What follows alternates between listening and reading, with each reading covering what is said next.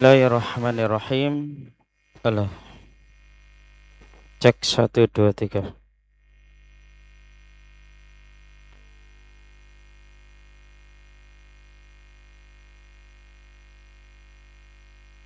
Halo, ya. Bismillahirrahmanirrahim. Assalamualaikum warahmatullahi wabarakatuh. Alhamdulillahi wa kafa. Wassalatu wassalamu ala rasulihil mujtaba wa ala alihi wa ashabihi ahli sidqi wal wafa. Asyhadu an la ilaha illallah wahdahu la syarikalah wa asyhadu anna muhammadan abduhu wa rasuluh la nabiyya wa la rasula ba'da. Allahumma salli ala Muhammadin an-nabiyil ummi wa azwajihi ummahatil mu'minin wa dzurriyyatihi wa ahli baitihi kama sallaita ala Ibrahim wa ala ali Ibrahim innaka Hamidum Majid.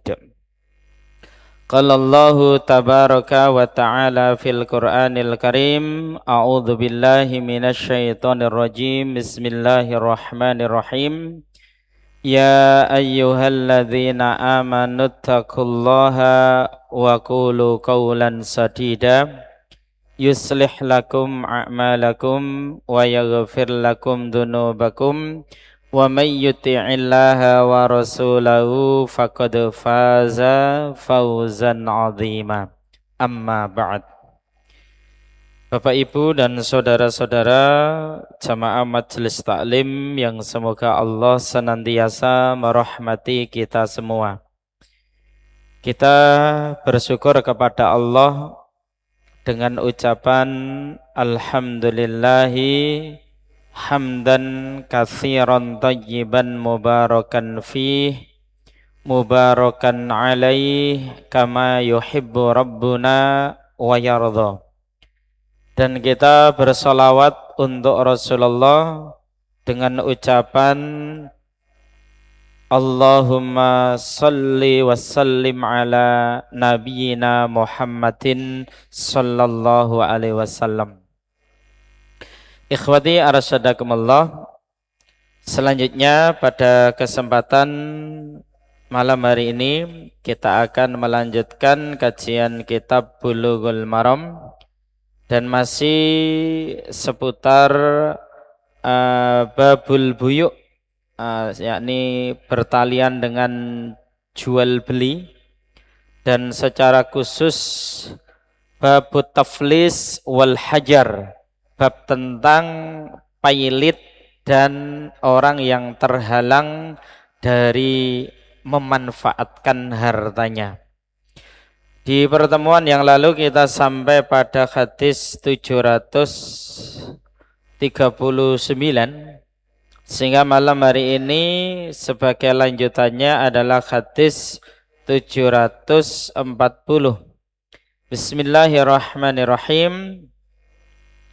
Wa an Amri ibn Syaridi, dari Amri bin Syarid, an abihi, dari bapaknya, radhiyallahu anhu, semoga Allah meridhoinya, qala, berkata, qala Rasulullah sallallahu alaihi wasallam, bersabda Rasulullah sallallahu alaihi wasallam, layu, orang yang menunda-nunda melunasi hutang. Ada dua sebutan dalam bahasa Arab, ada layu, ada matlu. Al-wajidi, sedangkan ia dalam kondisi mampu, yukhillu irdahu wa uqubatahu, mengakibatkan menjadi halal irdahu, kehormatannya atau harga dirinya, wa uqubatahu, dan juga menjadi halal sanksi untuknya. Rawahu Abu Dawud wan Nasaiyu, diriwayatkan oleh Abu Dawud dan ya, Imam Abu Dawud wan Nasaiyu dan juga Imam Nasai. Wa 'allaqahu al-Bukhariyu, juga diriwayatkan oleh Imam Al-Bukhari secara mu'allaq. Wasahhahahu Ibnu Hibban, dan hadis ini disahihkan oleh Ibnu Hibban. Darajatul hadis, derajat hadis ini al-hadisu hasan, derajat hadis ini adalah hasan. Qala fi talkhis, disebutkan di dalam kitab talkhis, rawahu Ahmad wa Abu Dawud wa Nasai wa Ibnu Majah wa Ibnu Hibban wal Hakim wal Baihaqi, diriwayatkan oleh Ahmad, Abu Dawud, Nasai, Ibnu Majah, Ibnu Hibban, Hakim, Al-Hakim, Al-Baihaqi min hadisi Amr bin Syarid an abihi, dari jalur Amr bin Syarid dari bapaknya, wa 'allaqahu al-Bukhariyu, dan juga dari Imam Al-Bukhari secara mu'allaq. Mufradatul hadis, layyul wajid bi fathil lam, ya, layyul wajid, ya, makna kosakata dari hadis layyul wajidi bi fathil lam, dengan menggunakan lam yang berharokat fathah, summa ya musyaddadah, kemudian ya yang ada tasdidnya, masdar dari lawa yulawi layyan. Masdar itu asal katanya dari lawa yulawi layyan, wa huwa atas wif wal matlu, yang mengandung makna yakni menunda, bitakhiril adai bila udhrin, yakni mengakhirkan melaksanakan kewajiban bila udhrin, tanpa adanya udhur. Al-wajidu bil jim minal wajdi. Al-wajidu dengan jim itu berasal dari kata al-wajdu, wa huwa al-ghaniyul qadir 'alal wafa, yakni orang yang mampu menunaikan janjinya. Bapak Ibu yang dirahmati Allah, hadis ini ada beberapa faedah penting yang bisa kita ambil. Di antaranya yang pertama adalah dilarangnya menunda-nunda bayar hutang, sedangkan yang hutang itu dalam kondisi mampu untuk melunasinya. Ini menunjukkan di dalam Islam, orang yang memberi piutang itu sangat dihargai dan dimuliakan haknya. Agar tidak terjadi kedzaliman, maka orang yang punya hutang, dia mampu untuk melunasinya, kok dia itu tidak melunasinya.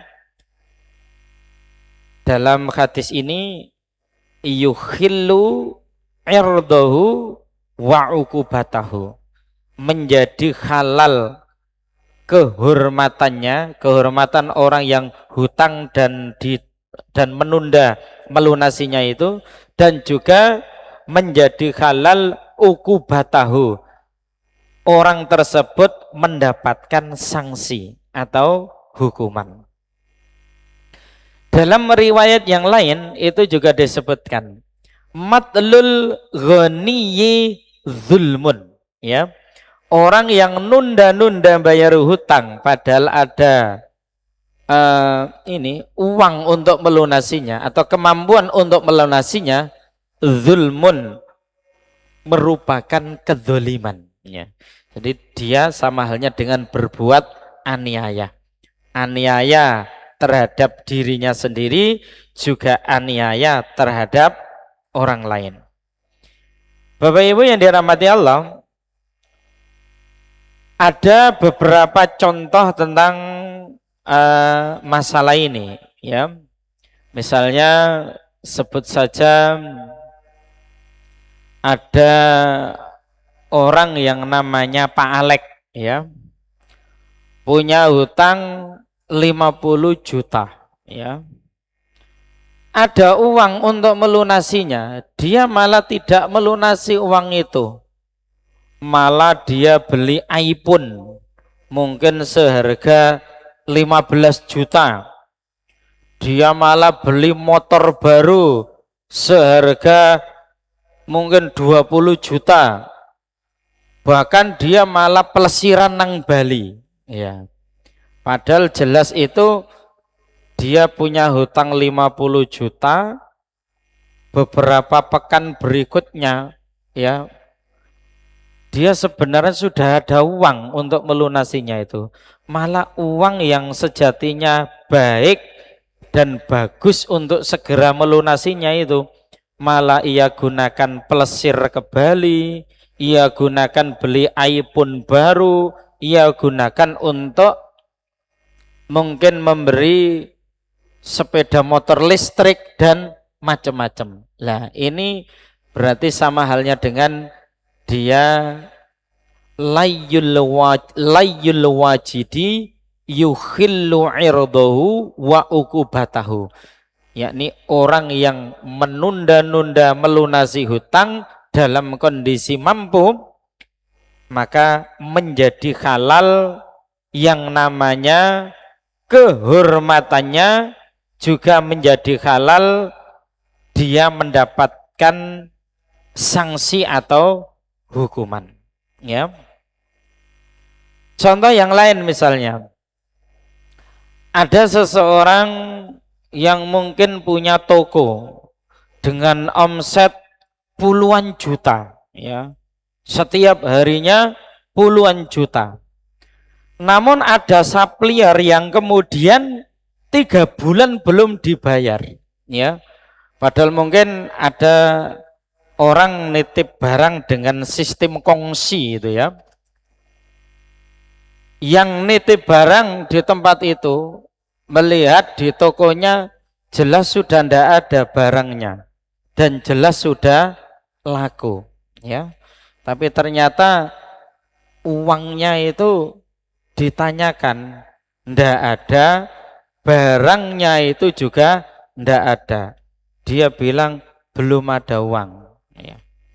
Nah ini juga termasuk hal-hal yang matlul ghaniyi dulmun, menunda-nunda bayar hutang itu padahal ada untuk melunasinya, bagian daripada kezaliman. Alasannya terkadang orang yang menunda-nunda bayar hutang itu hanya memberi janji kepada orang yang nagih. Sehingga sekarang, zaman sekarang itu antara wong sing ngutangi karo wong sing utang, iku malah wong sing utang itu meteng kelek, wong sing ngutangi iku kok malah koyo mengiba-iba, ya. Kan ada dalam lapangan seperti itu. Padahal orang yang menghutangi itu kan sudah membantu.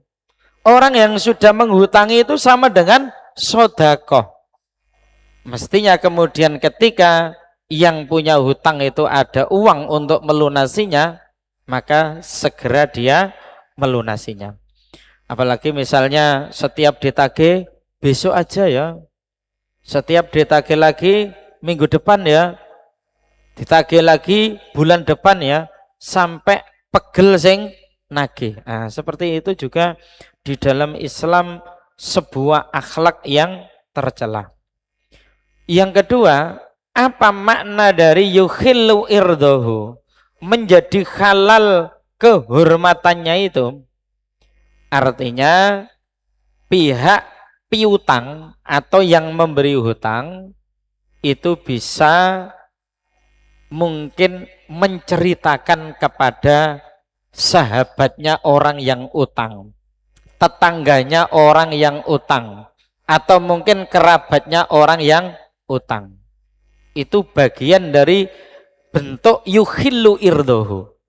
Kehormatannya orang yang utang tapi bayarnya ditunda-tunda padahal dia mampu itu akhirnya halal. Iku dulurum iku utang. Tak delok iku yo duwite akeh. Wingi mari plesir nang Bali, aku keringi yo mari tuku iPhone anyar. Kok gak dilunasi utangku? Itu boleh begitu itu. Ya. Yang tidak boleh itu sampai pada tingkatan mencaci maki, mencela, dan sampai pada tingkatan memberi gelar-gelar yang buruk. Tapi sifatnya kalau kalimat-kalimat yang sifatnya normal, ya, yang intinya menunjukkan dia punya hutang tapi tidak melunasinya, itu dalam tuntunan syariat diperbolehkan. Yukhillu irdohu, menjadi halal kehormatannya untuk diceritakan. Demikian halnya wa ukubatahu, menjadi halal dia mendapatkan sanksi, ya, mendapatkan sanksi. Tentu saja ini nanti melibatkan pihak lain, Bapak Ibu. Mungkin pemerintah, ya, atau badan apa OJK, ya Pak ya, sehingga kaitannya keuangan itu loh ya, yang kemudian secara legal undang-undang negara, ya, itu kemudian boleh untuk memberi sanksi kepadanya, entah menyita hartanya yang supaya ini menjadi satu jaminan untuk segera dilunasi hutangnya. Itu maksudnya yukhillu irdahu wa ukubatahu, akhirnya mengakibatkan halal kehormatannya, juga halal dia mendapatkan sanksi. Bapak Ibu yang dirahmati Allah, ada beberapa hikmah penting dari hadis ini. Yang pertama, hutang itu amanah. Hutang itu amanah, Bapak Ibu. Maka kula lan panjenengan sami niki boten angsal meremehkan hutang. Di pertemuan yang lalu sudah kita sampaikan itu. Hutang itu dalam Islam perkara yang besar. Bisa menjadi penghalang untuk masuk surga. Kalau dia punya hutang kok tambah tidak melunasi hutangnya padahal dia mampu untuk melunasinya. Sampai-sampai pernah di zaman Rasulullah SAW ada sahabat yang meninggal dunia sedangkan dia punya hutang. Rasulullah bertanya, apakah jenazah ini punya hutang? Punya, wahai Rasulullah. Siapa yang menanggung untuk melunasi hutangnya? Dari keluarganya saat itu tidak ada yang jawab. Rasulullah enggan untuk mensolatinya. Beliau memerintahkan sahabat yang lain untuk mensolatinya. Nah ini menunjukkan begini, hikmah yang bisa ditangkap. Dalam satu tempat, kalau ada orang yang punya hutang, meninggal dunia, pihak keluarga tidak ada kesanggupan untuk melunasinya, sebagian kaum muslimin tidak ada juga yang belum mau menanggung dari mungkin membantu melunasi hutangnya, seorang kiai, seorang ulama atau seorang ustadz di tempat itu secara tuntunan syariat boleh tidak mensolatkan dan mempersilahkan orang awam untuk mensolatkan. Apa pelajaran yang bisa ditangkap? Untuk menjadi pelajaran agar tidak meremehkan hutang. Dalam riwayat yang lain, orang yang berjihad di jalan Allah kok mati syahid sejak tetesan darah pertama kali tumpah ke bumi, seluruh dosanya diampuni oleh Allah kecuali utang. Nah, itu menunjukkan utang itu perkara besar. Di pertemuan yang lalu sudah kita sampaikan, para ulama menyebutkan begini, kalau ada dalam syariat Islam kosakata terdiri dari huruf dal, ya, nun, itu mengandung konsekuensi yang besar. Agama bahasa Arabnya dinun, ya. Keliru milih agama, sengsara dunia dan akhirat. Makanya pastikan kita, keluarga kita, agama yang kita pilih ini Islam. Karena seluruh nabi itu agamanya Islam. Nabi itu jumlahnya ada 124.000. Rasul 315. Sebagian nabi dan rasul yang diceritakan kepada kita ada 25. Seluruh nabi agamanya Islam. Tidak ada satupun nabi membawa agama selain Islam. Tidak ada. Ditegaskan oleh Rasulullah dalam hadis Muslim, dalam hadis Ahmad, al-anbiya'u ikhwatun wa dinuhum wahidun. Para nabi itu bersaudara dan agama mereka satu, yaitu Islam. Agama itu bahasa Arabnya dinun.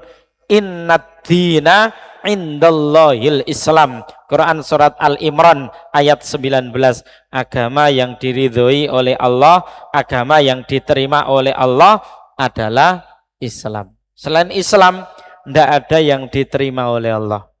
Selain Islam, dhalla wa adalla, sesat dan menyesatkan. Selain Islam, batil. Famada ba'dal haqqi illa dhalal, dan tidak ada setelah kebenaran yakni Islam kecuali kebatilan. Ini masalah prinsip akidah loh Bapak Ibu.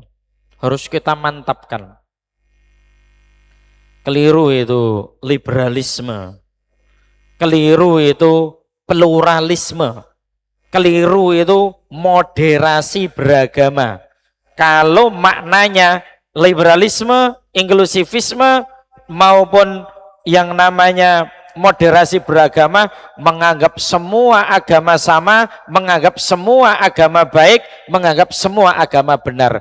Ini rusak dalam bidang akidah. Tidak sesuai dengan Quran, tidak sesuai dengan hadis. Bukan berarti prinsip ini menghalangi kita untuk berbuat baik dengan non-muslim atau orang kafir. Tidak. Berbuat baik kepada non-muslim hukumnya wajib. Karena ini masalah muamalah. Selama orang kafir itu tidak memusuhi kita dan agama kita, kita diperintahkan untuk berbuat baik. Bedakan antara muamalah dengan akidah. Prinsip Islam satu-satunya agama yang benar, ini prinsip akidah. Ya.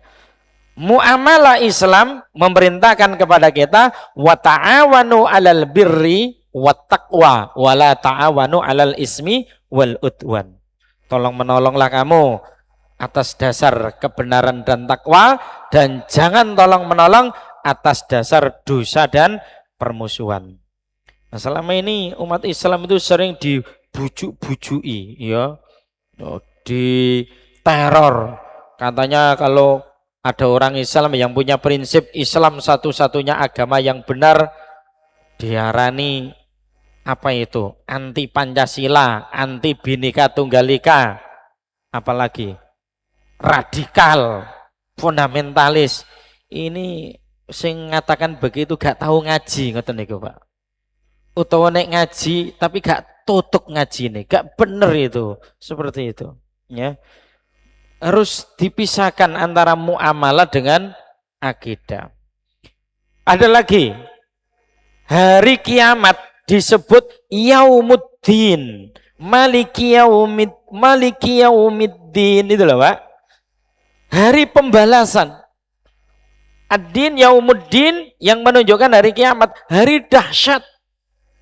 Karena yang baik akan dibalas baik, yang buruk akan dibalas buruk. Adil sekali. Allah akan menghakimi manusia.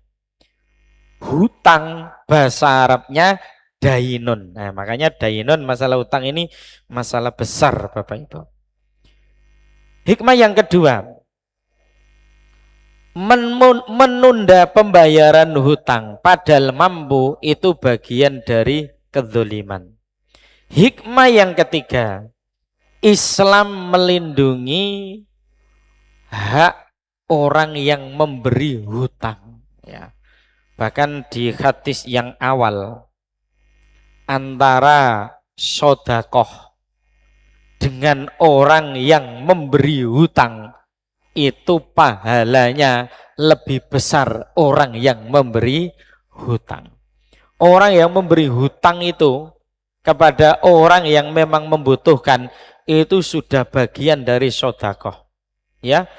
Kok kemudian mungkin yang hutang memang tidak punya untuk melunasinya, kemudian dia merasa uangnya memang cukup bahkan lebih, dia ikhlaskan, itu sodakoh kedua kalinya. Nah, kemudian yang keempat, ya, jika memang yang punya hutang itu punya kesulitan untuk melunasi hutangnya, maka dalam tuntunan Islam itu dianjurkan untuk memberi waktu sampai dia mempunyai kelonggaran di dalam membayar hutang.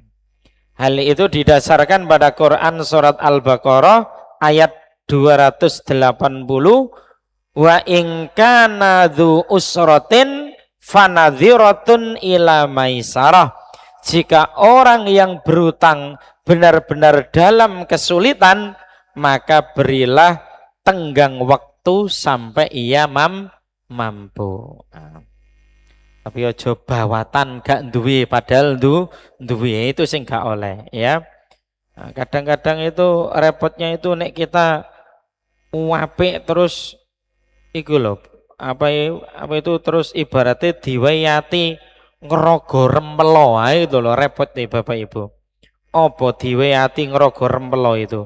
Ya ini sudah diberi hal yang enak, tetapi kemudian malah dia istilahnya malah menyusahkan orang yang memberi kebaikan itu. Nah, itu suatu hal yang dicela di dalam tuntunan syariat kita. Selanjutnya hadis 741, An Abi Sa'id Al-Khudri radhiyallahu an, dari Abu Sa'id Al-Khudri semoga Allah meridhoinya, qala, berkata, usyiba rajulun fi ahdi Rasulillah sallallahu alaihi wasallam, ya, di zaman Rasulullah ada seorang laki-laki seseorang yang mendapatkan musibah, ya. Musibah apa itu? Fi thimari ibta'aha, ya, yakni musibah mengalami kerugian besar dalam perdagangan. Nah, ini masuk kategori taflis, mungkin bangkrut, ya, kebangkrutan, ya. Dagang, ya, mungkin bisa ketipu orang, ya. Nek kaitannya ini buah-buahan, ya, ya. Dagang belum apa itu istilahnya dibeli orang, tiba-tiba ada monyet temenan, ya, monyet temenan dari hutan yang tiba-tiba banyak temannya tuh mau makan buah-buahnya yang ia jual itu, ya. Fakasura dainuhu, maka menumpuklah hutangnya. Faqala Rasulullah sallallahu alaihi wasallam, maka Rasulullah sallallahu alaihi wasallam bersabda, tasaddaku alaihi. Rasulullah bersabda kepada para sahabatnya, bersodakolah untuknya, untuk orang yang dagang yang kena musibah ini, sampai kemudian modalnya gak kembali, dagangannya habis, mungkin terjatuh ke jurang atau mungkin tertabrak trek dan macam-macam, ya, sehingga itu satu musibah. Fatasaddaqan nasu alaihi. Maka orang-orang pada bersedekah untuk pedagang yang kena musibah ini. Falam yablugh dzalika wafa'a dainihi. Akan tetapi sedekah yang terkumpul itu belum mencukupi untuk melunasi hutangnya si pedagang yang bangkrut ini. Faqala Rasulullah sallallahu alaihi wasallam li ghuromaihi. Maka Rasulullah bersabda kepada orang yang memberi piutang, khudzu ma wajadtum, ambillah apa-apa harta dari yang engkau temui dari orang yang kau beri utang ini, ya. Walaisa lakum illa dzalika, dan kamu sudah tidak ada hak lagi selain daripada itu. Bapak Ibu yang dirahmati Allah, ini bab tentang solidaritas, ya. Masya Allah, Islam itu ajaran yang memperhatikan urusan pribadi, ya, individual, juga memperhatikan urusan sosial, ya. Luar biasa ajaran Islam itu, sempurna dan paripurna. Yang pertama, makna yang terkandung dalam hadis ini. Pernah ada di zaman Nabi seseorang yang berdagang berdagang buah, ya, buah-buahan, namun ternyata kena musibah. Tidak disebutkan secara rinci musibahnya apa, ya. Yang jelas dagangannya habis, modalnya belum kembali, padahal dia untuk dagang itu pinjam, ya. Apa yang disabdakan Rasul? Apakah Rasul malah memaksa, cepat lunasilah hutangmu, cepat lunasilah hutangmu? Enggak. Rasulullah memerintahkan kepada sahabatnya yang lain, bantulah orang ini, bersedekahlah semampu kalian. Nah, ini menunjukkan solidaritas yang tinggi, ya. Jangan sampai kalau kita melihat ada saudara muslim yang lain mungkin kena musibah, mungkin kena ujian, dewek tambang ini, kapokmu kapan, syukur. Nah, itu tidak boleh Bapak Ibu.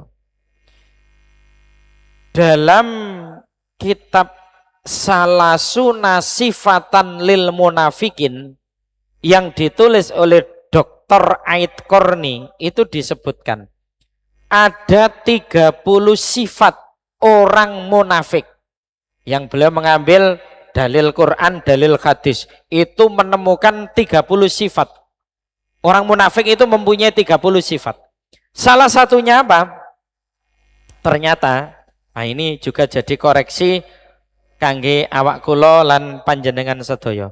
Ternyata salah satu sifat orang munafik itu adalah wong munafik iku seneng nek ndelok wong Islam iku oleh musibah, oleh loro, wis gak mbantu tapi dhek nyukurno, ya, keplok-keplok.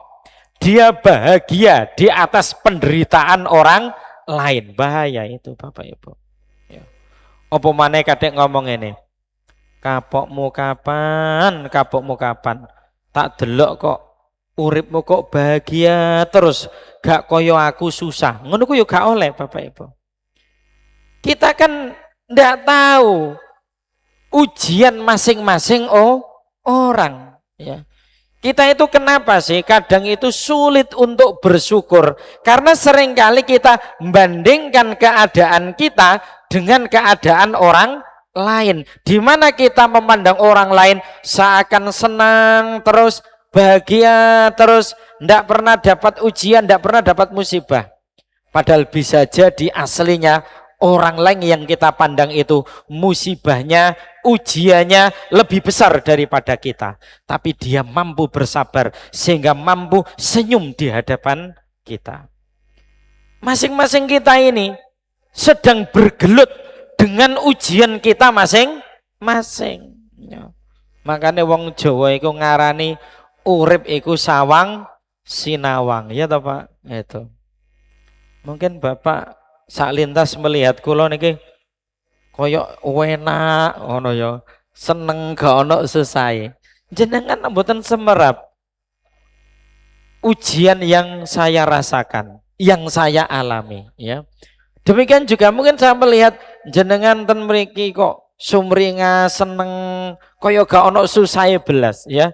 Karena saya ndak tahu ujian yang jenengan hadapi. Mungkin jenengan mari gegeran karo bojo gitu ya.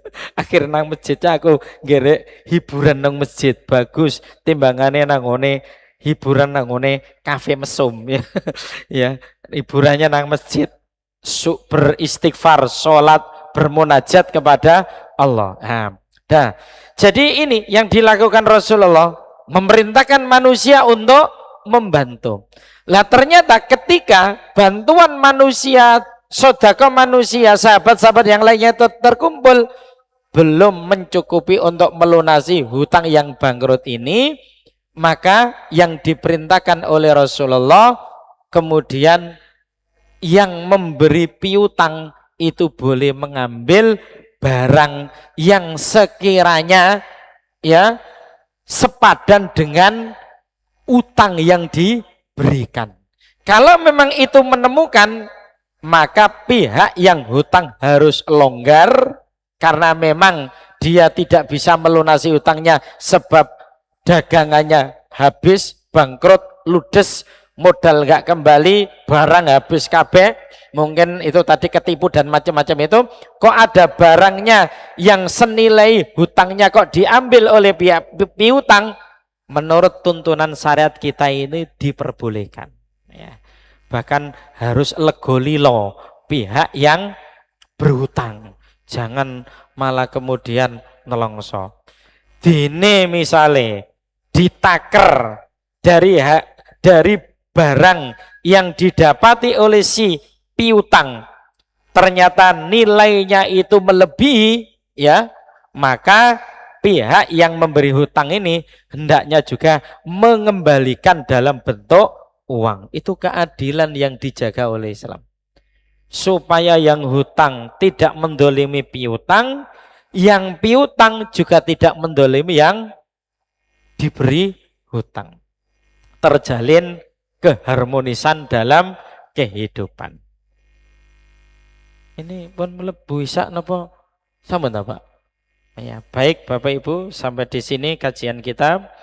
Mudah-mudahan bermanfaat. Subhanaka Allahumma wa bihamdika asyhadu an la ilaha illa anta astaghfiruka wa atubu ilaik. Wassalamualaikum warahmatullahi wabarakatuh.